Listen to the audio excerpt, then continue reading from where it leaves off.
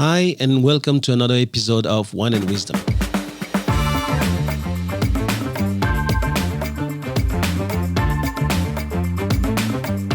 I'm Thomas Le Hoang, and you're listening to the TL podcast, where knowledge is shared and no one takes themselves too seriously.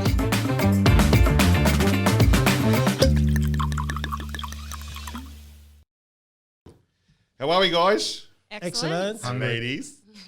Good, thank you. Say hungry. Hungry, man. Yeah.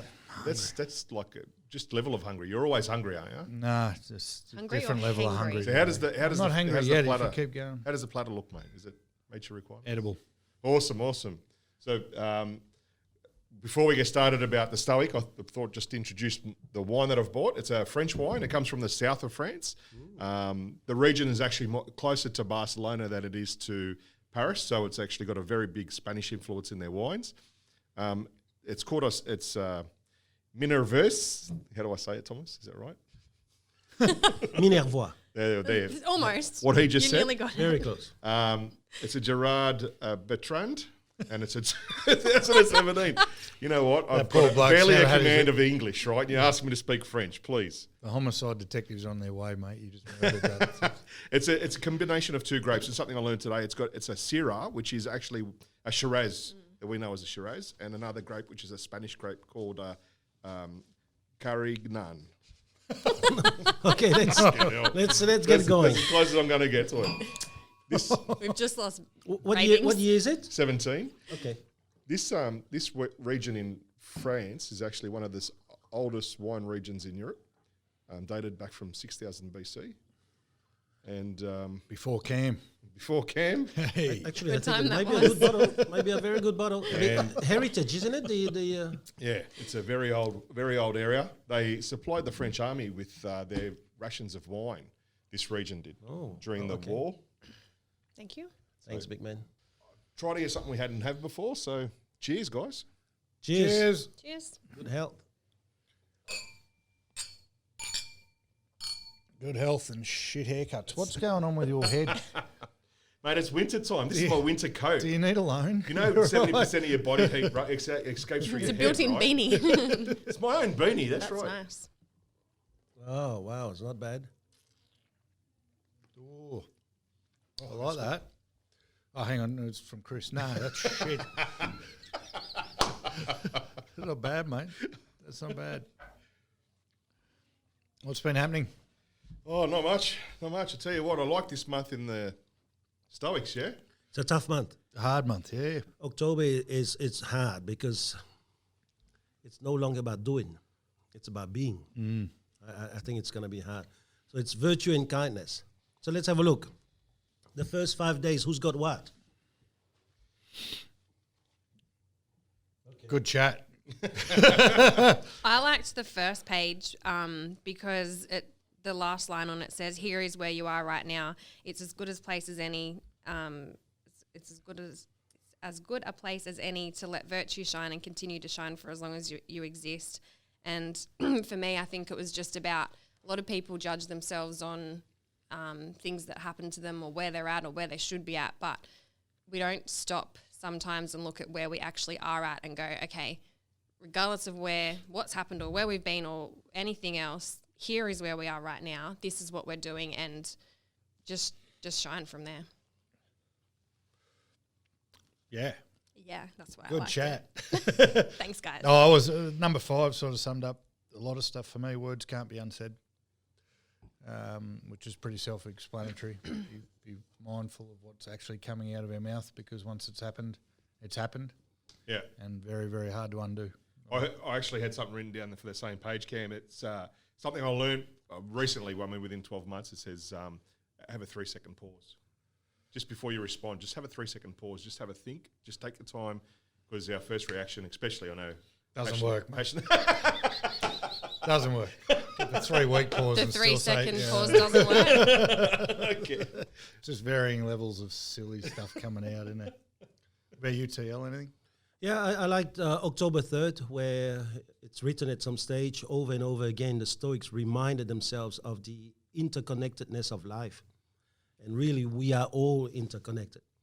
We somehow have got a lot of things in common, but we don't know. We actually impact on each other. Sometimes by even having one session of the Stoics together, we walk away somewhat changed, maybe sometimes superficial change, sometimes deeper, Absolutely. And I think that's when people start to realize that they actually pay probably more attention to the role that they play, because if you're interconnected and you are affecting someone, then your role, good or bad, can change that person. It's a common theme throughout the month, the interconnectedness of the world.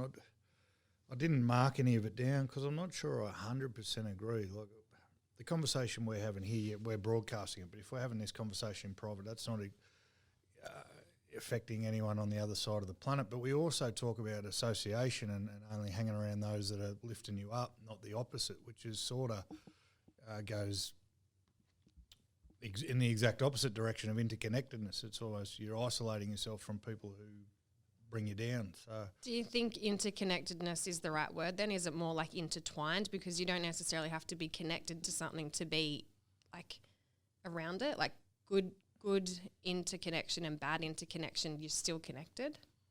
Yeah. You can use the word also interdependence, which is what Marcus Aurelius used. Yeah.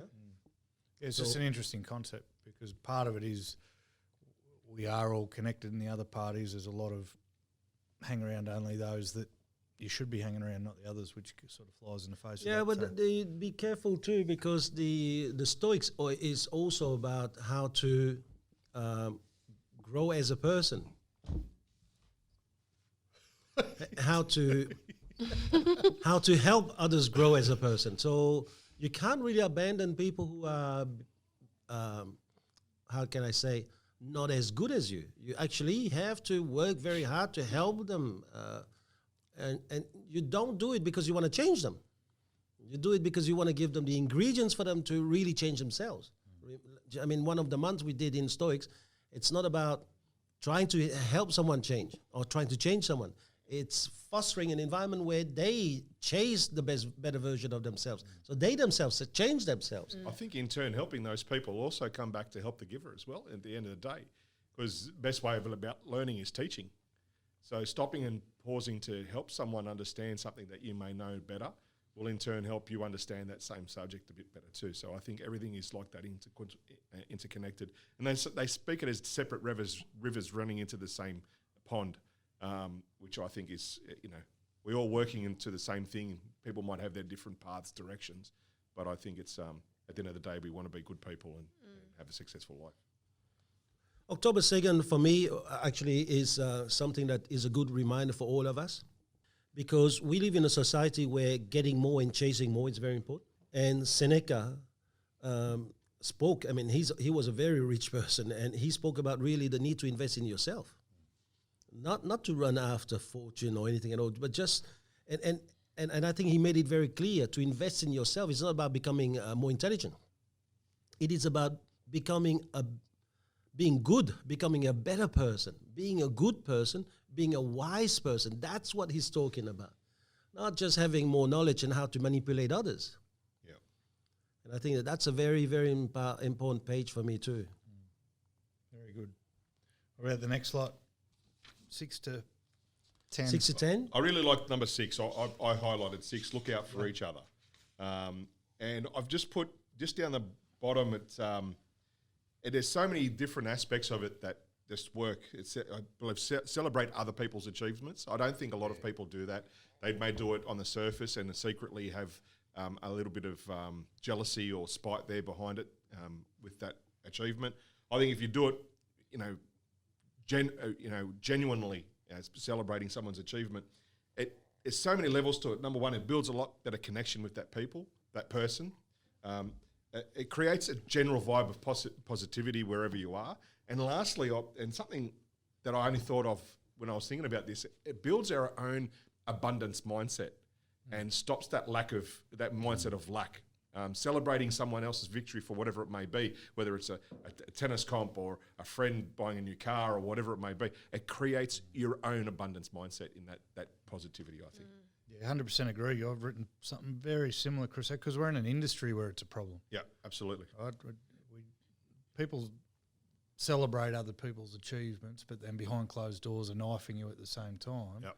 But there's also this thing about, we talk about giving people leads and referrals and all this stuff, and the lack of understanding that a sold sign breeds a sold sign, that everyone's trying to keep everything for himself and fighting over scraps, which is only going to minimise what you do. So I think I've written here, don't show you're not jealous, stop being jealous. Yeah, good. Because anyone can get on Facebook and clap emoji. Thomas loves his emojis at the moment. So he asked us why we were Egyptians before, speaking in hieroglyphics. But there's no good getting on Facebook and giving someone a clap if at the same time at the side of your mouth you're going, oh, fucking got lucky or whatever, Got lucky, I love that term. But, jealousy. So, I agree. I had that one too. What else? And then I had number 9, I don't know. Yeah, okay. What is number 9? I wrote. Number 9, what is the title of number 9? Set the standards and use them. Yeah. What I love about it, and I might read the whole thing out because it'll make more sense. But I'm there, Mix. Thank you. Oh, Cadbury favourites. Where are we? All right. Set the standards and use them. When the standards have been set, things are tested and weighed, and the work of philosophy is just this, to examine and uphold the standards. But the work of a truly good person is in using those standards when they know them. And it goes on to say, we go through our days responding and reacting, but it's rare to really pause and ask. And I love this. The questions they ask are awesome. Is this thing I'm about to do consistent with what I believe, or even better, is this the kind of thing the person I would like to be should do? And I actually, very relevant month for me today with a couple of conversations that have been had, but I asked myself those questions. The work of living is to set standards and then not compromise them. When you're brushing your teeth, choosing your friends, losing your temper, falling in love, instructing your child, or walking your dog, all of those are opportunities. Not, I want to do good, that's an excuse, but I will do good in this particular instance right now. Set a standard, hold fast to it, that's all there is. And there's someone sitting at this table who painfully so holds to his standards, and it's ended up in an ear bashing for a couple of us here. But I thought of you, TL, when I read that, because you are very, very strict on holding to your standards, and it doesn't matter if other people have other standards, but you've got yours that need to be met. And I just thought, but I don't judge you because you don't. It's not about judging. Yeah, I didn't say you did. Is this the kind of thing the person I would like to be should be doing right now? What a question to ask yourself when you're running into stuff. I thought it was really powerful.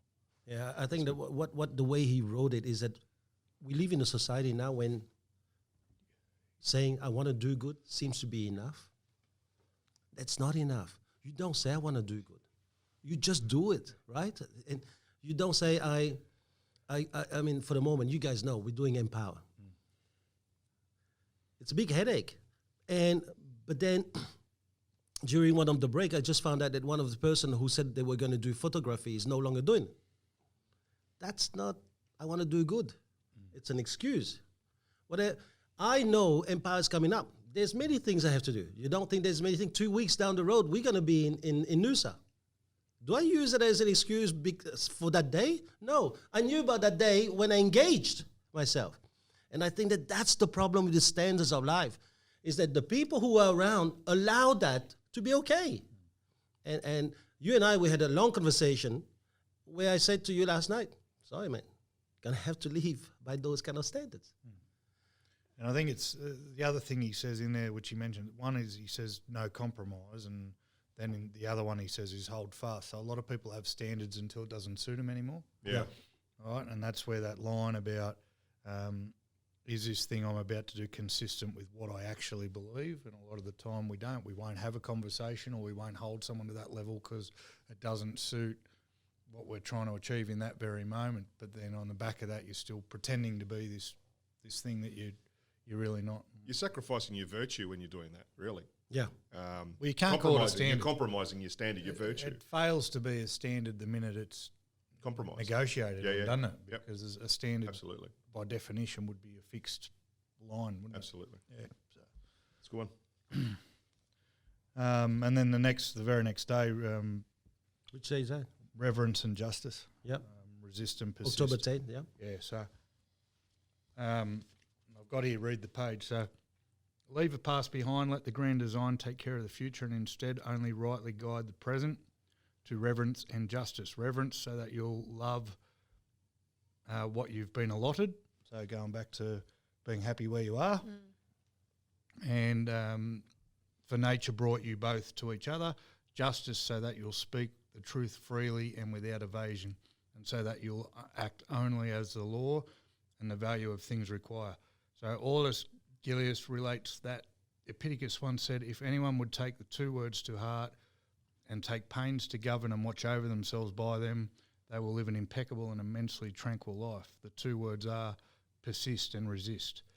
That's great advice, but what principle should determine what we persist in and what we ought to resist? Marcus supplies the answer, reverence and justice. In other words, virtue. So when all else fails, if we are present enough to be happy with what we've got, and all we are doing is in each moment seeking to do the right thing, which is justice, we can't really lose. And, I enjoyed that. Moving forward from there, where do we go? I had a bit of a funny one, LOL on number 11, because it talks about why we have to announce our intention to be honest. Do we all know someone who says to be honest all the time? All the time. If I'm going to be honest, I'm going to tell you, can I be honest with you right now? So I've written a bit of an LOL here because it says in there, if you have to announce the times you're going to be honest, what does it say about the rest of the time you're speaking? Exactly right. And I just think a lot of people could hear that and read that page and have a good think about. I know a couple of people who are famous for to be honest. Well, what are you saying the rest of the time? Yeah. What are we doing? So I think it's a guard for them. It's their way of saying, I'm going to say something that you might not like, so don't hate me. Yeah, and it says that in the book, whether it's a throwaway line or not.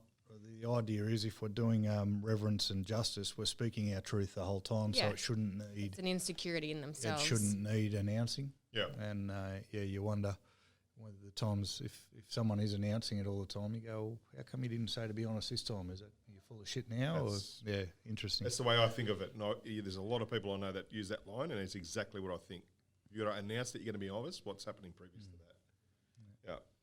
I liked October 12. Always love. Yeah. Boring. Horatius, I can teach love potion made without any drugs, herbs, or special spell.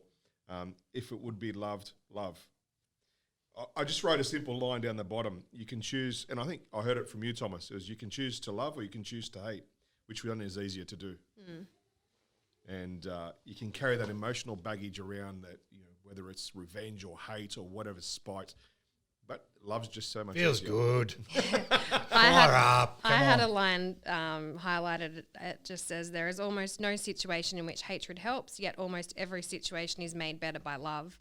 And I think, I was always taught as growing up, you shouldn't use the word hate. It's not really a good word to use because it's really strong and it's not it's not a good word to use. That was just something that was ingrained in me.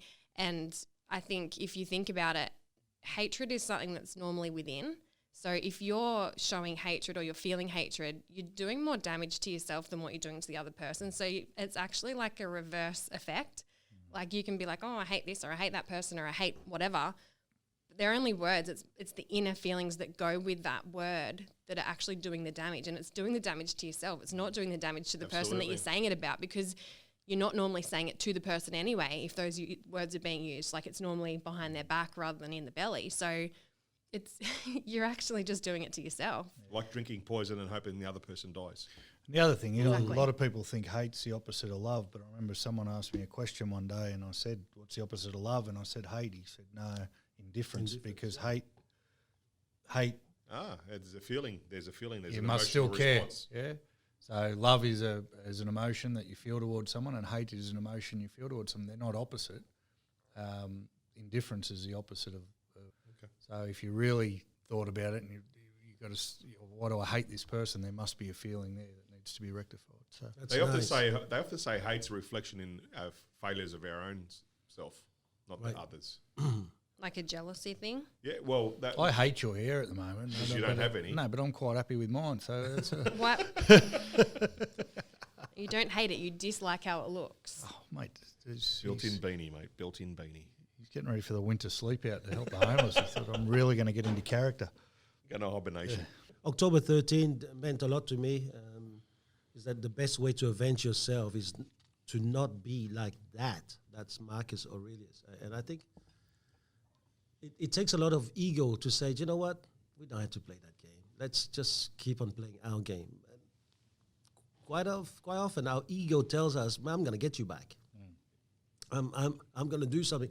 I'm not going to sleep until I get you. And geez, is that how you want to spend a portion of your life? Being fueled by the hatred or vengeance against someone you don't even like? Well, it's not sustainable either. It's not sustainable. I think we're going to have to be careful on October 13. I thought I like it. Yeah, then October 14, don't get mad. Hell, what does that mean? Well, what does that mean? It's awesome. And I've written here, wow, because we've had a couple of instances of this lately, right? So someone pisses you off, and instead of talking to the person who's pissed you off and make them aware that what they're doing might not be the right thing to do so they could at least have an opportunity to change, we're too busy bitching to everyone else about it. We bitch to everyone else except the person who's done the thing or might have done the thing. So what chance have they got to change? Yeah. To rectify it. Down the bottom it said we don't just want people to be better, we expect it to magically happen. So, yeah. You expect by talking about it, not to them, that they're going to know Everyone they did else, the wrong thing. There's been a couple of incidents lately around where people are talking to someone about an issue instead of the person who the issue's with, and how can the person fix the issue, you know? We too often lament someone's actions without calling them out on it. If no one calls them out on it, how can they improve? Now, you read that, and it's only come to the fore in a couple of conversations in the last week, because I'm probably one of the worst for it, not calling people out on their issues, because I don't see it as helping them. I'm too busy to throw it in they won't change basket, so I'll just bitch to everyone else. But that doesn't help that person. So don't get mad. Help. How good. That's nice. How do you change that then? Oh, How do you change that in you? Oh yeah, no, I've already been made aware of it, and I'm already. I go through fits and starts, right? Sometimes I tell too many people what they're doing wrong, like you and your chocolates. Got the message loud and clear. And I was talking to TL last night. Sometimes it's so much easier to do it with someone who you've got a great relationship with and actually tell each other what you're thinking, than not a complete stranger, but someone you don't have that relationship, and that doesn't make any sense. Yeah. So we treat the ones nearest and dearest to us sometimes worse than we treat people who... Your chocolate's my hair. Thanks, Cam. But he was doing it with love. He was doing it with love. There was definitely no Therefore, you hatred need in to there. forgive him. You need to forgive him. He just wanted right? me to fight back, so he felt love. That's all. I think we subconsciously we pick who we think is worthy of our help, and everyone else can go get stuffed. You know, we're going to help each other because we have a relationship with each other, but anyone else who's stuffing up, well, we're not going to tell them about it because why do they need our help, or we don't see it as help. Or do you see maybe that we give it to those who we think will respond positively to it, who actually will take the time so they'll respond in a positive way to that? Sometimes the closer you are to someone, the harder it is to tell them. There'd be a whole lot of reasons why we don't do it, but what they're saying is it's almost a reversal in thinking for most people, I think. It's true. For most of us, True. we don't go to the person. I mean, they use the example of people annoying you on a plane, but even in all the bitching that goes on all the time, if you just spoke to the person about it, maybe the person would change their behaviour. Maybe they won't. Yeah. But at least, one, You've tried. you've said it. Yep. You can't be accused of talking behind someone's back or gossiping. And two, you're giving them the opportunity to change. Yep. Unless sometimes they're not ready for the lesson. Yeah. So you have to also be careful. But you won't know that till you talk to them, will you? No, you have to know. I think that you have the responsibility to know whether a person is ready for a lesson. So you can't just be a speaker, you know, a speaker. You have to be using your neocortex and think, hold on, is this something that the person's ready for? I mean, there's things that I probably would want to tell my twins, but they're 13. I can't probably tell them now because they're not ready for it. So that's an example. It's the same thing, you know. I mean, the growth that you've gone around me now, that we're doing a lot of things together, and we spend a lot of like half an hour each night. So you can see my demand on you is rising. I'm sure you probably told Chris that sometimes he has to think for half an hour before he says 5 seconds of a sentence to me, because he knows I demand that level. Why? Because if we spend that kind of time together, I want my mate to improve. It's very hard to have a conversation when one of you is having a stroke. Yes. So on that then, like if you say the person has to be ready though to hear it, how do people grow them? Because quite often it's the things that you're maybe not ready for but you need to hear, that then like you hear them and yeah, it might hurt, or yeah, you might not be ready for it, but you then might go away and think about it or let it sink in, or you go back to the person and say, look, I've thought about what you said. And No, I think it's a cop-out. I think it's about your laziness in terms of trying to listen to the person. If I gave you a steak, I wouldn't want you to swallow the whole steak. I would want you to eat it bit by bit. Mm-hmm. And so it's important for me, when I know a message, to just give you bit by bit. okay. So sometimes people say to you, oh, well, I know you want like this, but I had to tell you, but you need to hear it. No, you're now using sales techniques to tell someone, I'm getting you to swallow a steak because I did not spend the time into helping you getting it chunk by chunk. I think it's a responsibility of these people who are at high level to just think ahead. If I sat down with Cameron a few months ago before we embarked on this thing and said, well, I need him here, and I gave him that on day one, he probably would have choked.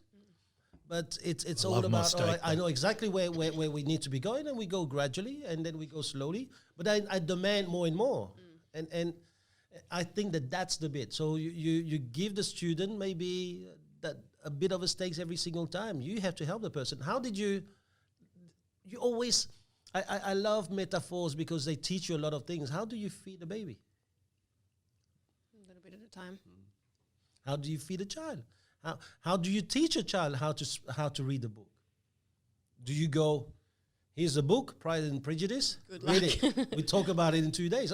No, it's serious. And that's the same thing about people. And I think it's a cop-out when you use that line. A lot of people too would feed someone the whole steak just to lift the burden off themselves, yeah, even though a lot of the time they probably know they shouldn't, but they've got something on their mind, they've got something chewing them up, and rather than deal with it and process it in a way that helps everybody, you'll unload it all in one hit and say, there you go, cop that. Yeah, and I love steak, mind. Yeah, and I'm not saying that, some people, sometimes you have to give them, all right? But then you have to go in your own head and think, have I been giving him every pieces? But when someone says to you, well, man, I know you were not meant to, maybe I shouldn't tell you as it is, but there are things you have to hear. And the person's so far behind. And it's just a whack on the head. I think that you have the responsibility to at least know. Interesting. That's good. All right, what about 16 to 20? 18's my favourite of the whole Yeah. book, I think. Frenemies. There's nothing worse than a wolf befriending sheep. Avoid false friendship at all costs. If you are good, straightforward and well-meaning, it should show in your eyes and not escape notice. It's pretty obvious that one should keep away from the wicked and the two-faced as much as possible, the jealous friend, the narcissistic parent, the untrustworthy partner. At first glance, Marcus Aurelius is reminding us to avoid false friends. But, and this is a bit I love, what if we turned around? What if instead we ask about the times that we have been false to our friends? Ultimately, that's what Stoicism is about, not judging other people's behaviour, but only judging your own. We've all been a frenemy at one point or another. We've been nice to their face, usually because there was something in it for us, but later in different company, we said how we really felt. Or we've strung someone along, cared only when things were going well, or declined to help even though someone really needed us. This behaviour is beneath us and worth remembering the next time we accuse someone else of being a bad friend. Often we get hurt when someone does wrong by us, but we forget that we've probably done the same thing somewhere along the line ourselves. And, yeah, I like that. Good chat. It was nice, Cam. Thank you. Very deep. It's good. It was yeah. It's a good page. Absolutely. I love 17 because I think that in this day and age, people are not doing that anymore. I think to be kind and to be nice to people, I don't think it is something that people do. They do it because there is something in it for me. I think it's sad. For example, the line that Seneca has in there, wherever there is a human being, we have the opportunity for kindness. I think that it's something that needs to come back. We only do it because, you're working for me. I'm going to do it so that you understand the value of it. I think it's a wrong reason.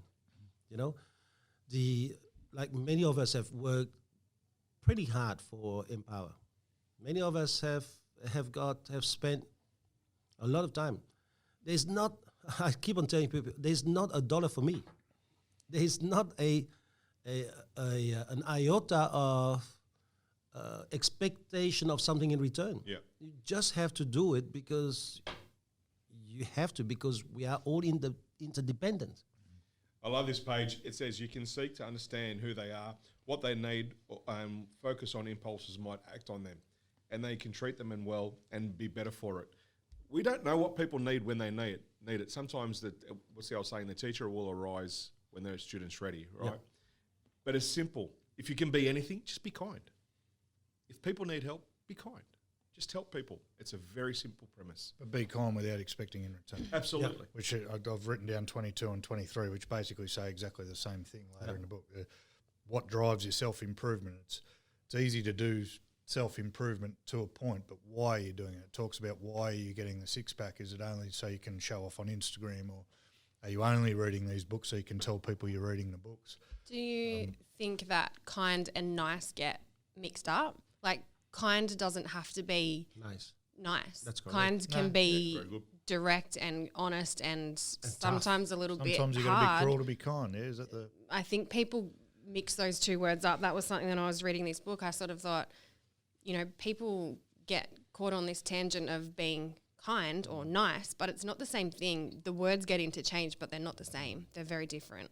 No, it's sort of, it's back to don't get mad, help. But sometimes we think we're helping someone by just being nice to them when what they really need is someone to tell them Tough love. how it is, But it might be seen as tough love, but really,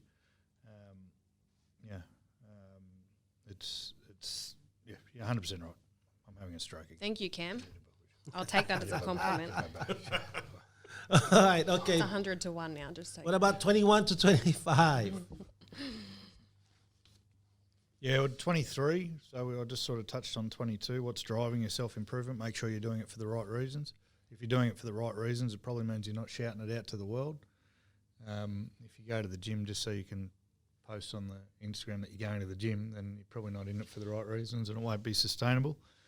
But at Love 23, it talks about regardless of what you were born with, whether you can't. If you're born short, you can't be tall, and if you were born with a low IQ, you can't increase your IQ. It doesn't happen. There's genetic things that are involved, but what isn't genetic is your right to choose to do the right thing. Your right to choose to be kind to somebody. Your right to choose your values. The right to choose to stick to your principles or bend your principles. And I think a lot of people blame their upbringing or their circumstances younger in life for being an arsehole now. But every minute of every day, every word that comes out of your mouth, you have a choice whether you say it or not. You have a choice whether you do it. And I think people need reminding of that more often than not. I think sometimes people choose to be along with the status quo. They choose to be along with what the crowd is saying or what the expected social norm is, opposed to saying, well, no, this is what I think, because in this day and age there's so much, there's such a big platform for people to give their opinion that people go, well, I've got to go with what that opinion is. And then there's the opposite side of the scale that, people want to protest against that opinion and really have their place to say something. But you're 100% right, Cam. It comes back to the choice thing. You have the choice. You always have the choice. Yeah. The ones that Marcus Aurelius rattles off are you have the choice in honesty, dignity, endurance, chastity, boring, contentment, frugality, kindness, freedom, persistence, avoiding gossip, and magnanimity, which is being humble. You can choose to be happy, you can choose to be dignified, you can choose to enjoy, you can choose to be truthful. And if you're not any of those things, you're choosing not to be. And it's no one else's fault but your own. Yeah. Comes down to self, right? Yeah, I love page October 24th, where he says that goodness is not something that's going to be delivered by mail. You have to dig it, right, up inside your own soul. That's where goodness is. And so it's not just about doing good. It's really going in deep inside your soul. And everyone knows what's good, right? When you do the wrong thing, you know you're doing the wrong thing, okay? Unless you've got really some genetic issue in the brain. But we know. And so before you do that goodness, you have to really go deep inside your soul. I love it. I liked October 25th. It says 2 tasks. And your 2 tasks is to be a good person and pursue what you love. That's your 2 tasks in life. And anything else than that, you're living a second-rate life. Are we living our best life, or are we living what someone else thinks we should be doing, or society thinks we should be doing? Coming back to that, group think and so forth. Those 2 tasks. So are we either being the best, absolute best version, true version of ourselves? I really like that page. You got anything else, Megsy? Not on those pages. Yeah. My last one's 29. Okay.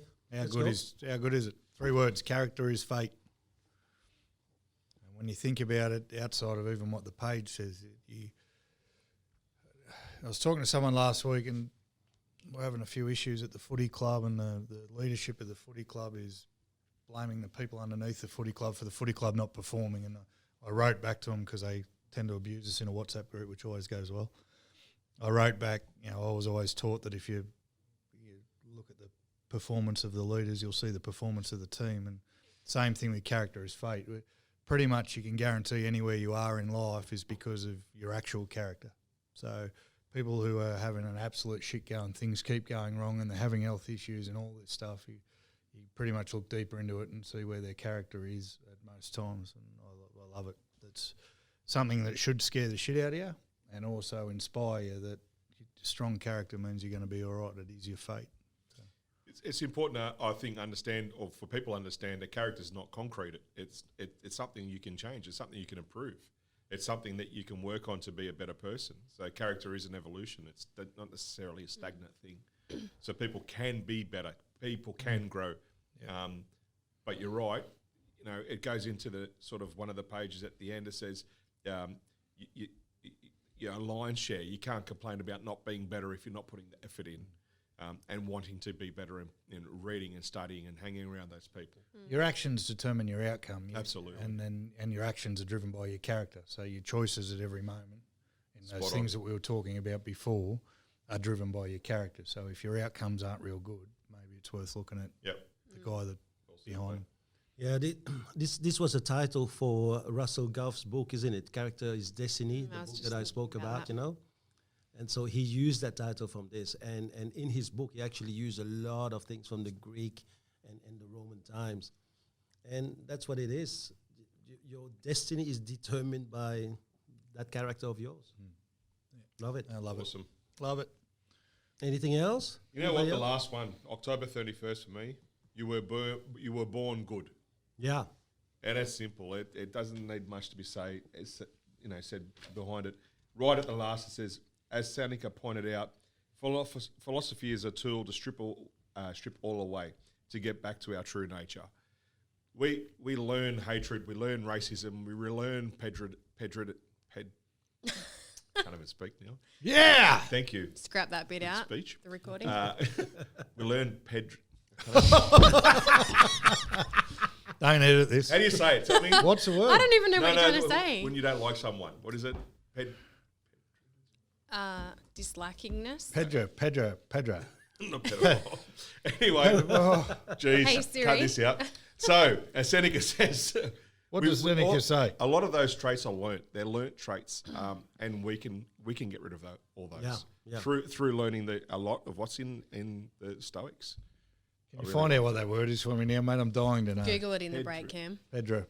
What's it mean? Vote one. Pedro. You want one more than the But other. one Pedro. Yeah. You want more one than the So other. let's close October. Let's close October. What would be a one word or one line that defines this month for you? Well, you could have given that question like before we started. I just don't know. I mean, if you read page 67, it was written in the last 3 lines of page 67, right? Right, Cam? Pedro. Shut up. Pedro. I think what sums up the whole thing for me is set your standards and One word. stick to them. You Choice. say one word. Choice. One word or one line? One Choice. line. You can have a Okay, one sentence, line. yeah? Thank you. Jesus. That's not what he said before. Oh, well, we were here to be free, mate. You sheep or you're a wolf? Depends. Set your standards Yep. and don't negotiate on them. I think it covers off pretty much everything else. If you have high standards, you won't have to worry about words that can't be unsaid, and the rest of the stuff we were talking about. So, what do you reckon, Peter? Ed Joe. Well, I think if better. No, I think like if you have any thought about anything, if you start with kindness, and whether that's hard love, tough love, Long line. kindness is the first thing that you should think of. Okay, is that a short of enough line? Love, just love. Love. Megs? Meg? Choice. Choice? Yeah, what do you Choice. mean? It's you choose. You choose to be happy. You choose to be angry. You choose to be kind. You choose to be hurtful. You choose to love. You choose. Right. It's your choice. Healthy choices, looking Don't after blame yourself. others. Just remember those ads. For me, it was that being a good person, it takes a lot of hard work. It's not easy. And I think the month of October, out of the entire year so far that we've read, to me was the toughest, because the other things is an action. You can do one bad one, then tomorrow you can do a good one. Then you can start getting onto the habit of doing a bit more of a good one. But to get onto that consistency of doing good one day after next for the rest of your life, that's hard. Maybe that's why most people don't go for that. Yeah. All right. Oh, well, it's been great, Well guys. done. Great True. book. That wine was not bad. All right. Well, it's not bad. It's not bad. We'll see. But because mine's coming up, I can't really say it's fantastic. How do we pronounce it? Not bad. Pedro something. Minervois. Red wine. Minervois. Put it. Good one, man. Good one. Thanks, guys. Peace. Thank you.